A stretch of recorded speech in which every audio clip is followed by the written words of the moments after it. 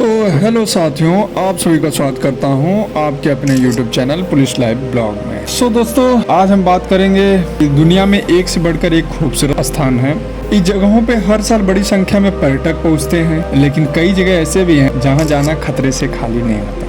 हालात बिगड़ने पे इंसान की मौत तक हो सकती है। ऐसे में लोगों को इन जगहों पर जाने से पहले सुरक्षा की सलाह दी जाती है। तो चलिए जानते हैं इन जगहों के बारे में। तो दोस्तों, दुनिया में जो है कि खतरनाक जगहों की कोई कमी नहीं है। कई जगह तो ऐसे हैं जहां जाना ही मौत को दावत देने की तरह है। इसके बावजूद उन जगहों पर रहने वाले लोग परिस्थिति के अनुसार खुद को ढाल लेते हैं। इनमें सीरिया, अफगानिस्तान, यमन जैसे देश शामिल हैं, जो आतंकवाद, उग्रवाद और दूसरे देशों के हमलों को झेल रहे हैं। वहीं कई जगह ऐसे भी हैं जो अपनी प्राकृतिक बनावट के कारण रहने के लायक नहीं है। इनमें दुनिया के सबसे गर्म और ठंडी जगहों के अलावा बाढ़ वाले स्थान भी शामिल है। ऐसे में लोगों को सलाह दी जाती है कि इन खतरनाक स्थानों पर जाने से पहले किसी विशेषज्ञ की सलाह जरूर ले और उनके दिशा निर्देशों का पालन भी करें। तो चलिए सबसे पहले हम जानते हैं काबुल, अफगानिस्तान के बारे में। अफगानिस्तान पे इस समय तालिबान का राज है। तालिबान के शासन में भी काबुल लगातार आतंकी हमलों से दलता रहा है। इस्लामिक स्टेट, रेजिस्टेंस फोर्स और खुद तालिबान मुजाहिदीन आम लोगों को निशाना बनाते हैं। इन हमलों में पिछले एक साल के अंदर हजारों लोगों की मौत हो चुकी है। सबसे ज्यादा नुकसान अफगानिस्तान अल्पसंख्यक तबके को उठाना पड़ता है। तालिबान के कब्जे के कारण अफगानिस्तान की हालत बेहद खराब है।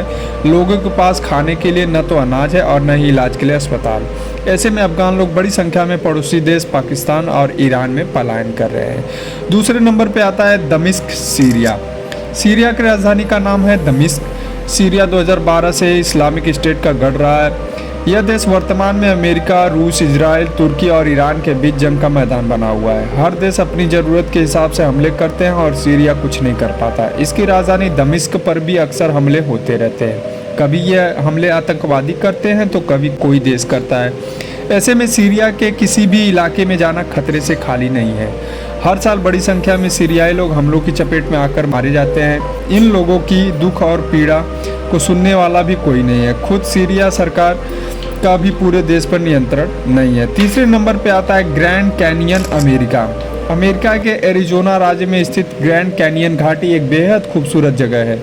दुनिया भर से लोग यहाँ घूमने और ट्रैकिंग करने आते हैं।